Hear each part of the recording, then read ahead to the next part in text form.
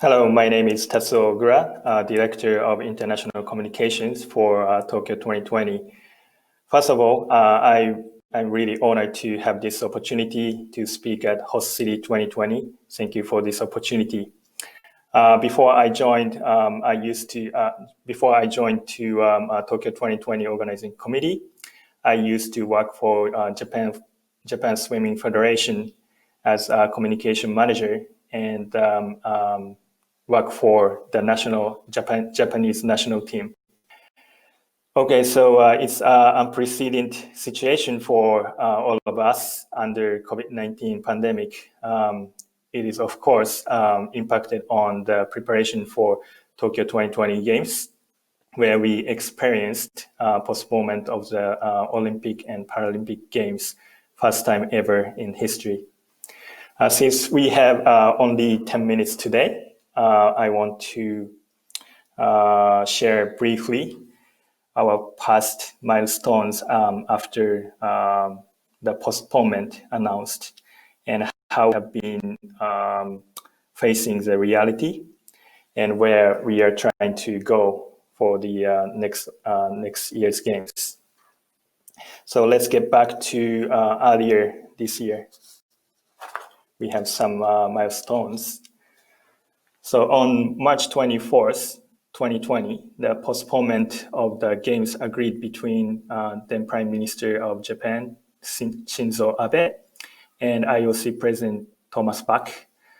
When I heard about that, at first I felt sorry to all the athletes who devoted into themselves into the Olympic and Paralympic Games. That was a really tough time for everybody, but I can imagine how difficult that news came to all of those athletes. And also you can imagine how tough was the impact of all of the staff members of Tokyo 2020 about that. But we believe that that was right decision. And this picture was the night after the announcement of the postponement. I took the photo, and I will never forget the day the postponement of the games were announced in my life. And on March 30, we had a Tokyo 2020 Executive Board meeting and announced the new dates for Tokyo 2020 Games.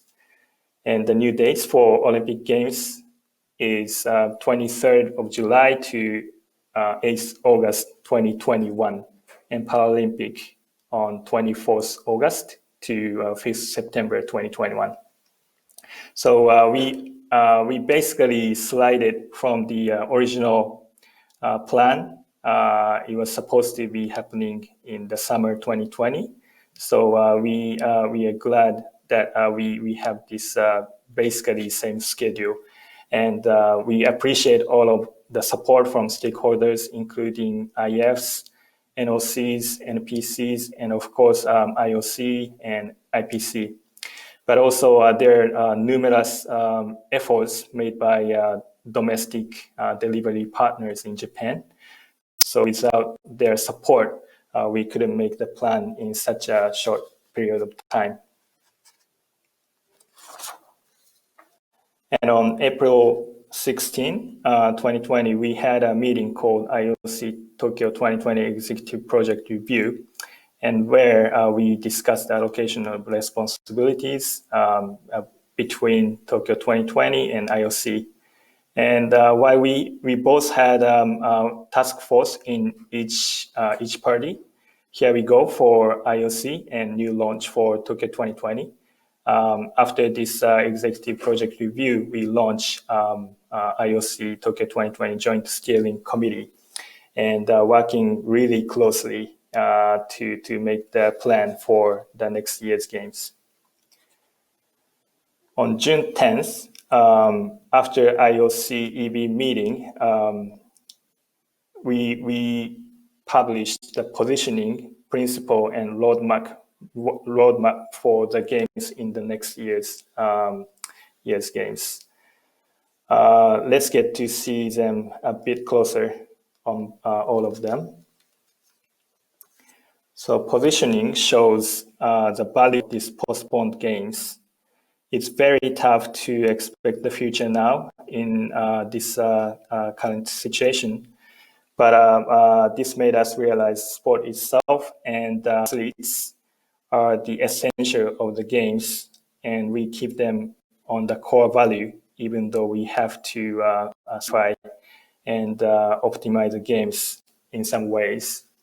Even before the announced, of course, athletes and sports are the center of the games preparation, but we again realized that these are truly essential of the games.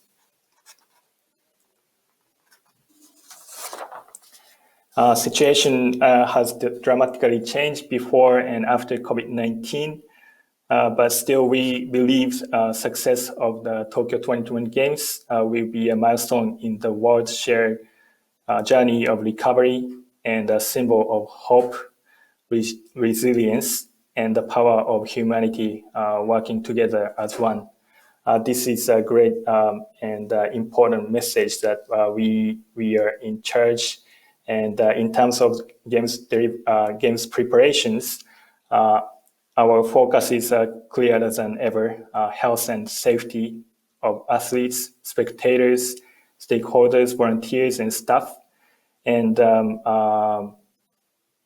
back to the essential of Olympic and Paralympic Games, with the simplify and reduce the complexity of the games, which in turn to be resulted safety and sustainability in the new context. For principles, we of course understand we cannot be optimistic about the current COVID-19 situation all over the world. However, we believe we can make the games happen next year in Tokyo with countermeasures considered and taken to all who were involved in this game. We also needed support from all the stakeholders domestically and internationally. In the roadmap, we are in the phase of consolidation of core countermeasures. With the government of Japan, Tokyo Metropolitan Government, we had been continuously discussing on COVID-19 countermeasures since September, and just made an interim summary last week on December 2nd. We will keep close communications with the stakeholders for them to understand how we take the countermeasures. So we will have a secure and safe environment for them. In the new year, we will go into implementation phase and entering the final stretch of the preparation. So that's our preparation status, basically.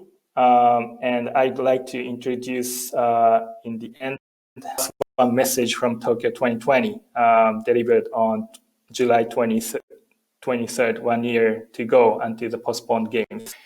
Japanese swimmer Ike Rikako had been battling with leukemia, 10 months of treatment, and came back in February this year. From her experience and expectation to the games, she shared a heartfelt message. So allow me to read the message in the end. So a world where the curtain is set on the Olympic and Paralympic Games. Right now, athletes around the world are looking to the future, pushing themselves to the limit. No effort, no matter how small, is ever wasted. The confidence that sports inspires, the human connections it has, make our truly irreplaceable. One last thing, sports is not just about the athletes. Sports shows us the importance of solidarity. I never want to forget that. I want to remember my gratitude and respect for all those who contribute to their society as I take my next step as an athlete, as a person. So this is a message from Tokyo 2020, and hope fuels a flame for the athletes. Tokyo's preparation will be the utmost. Thank you for your attention.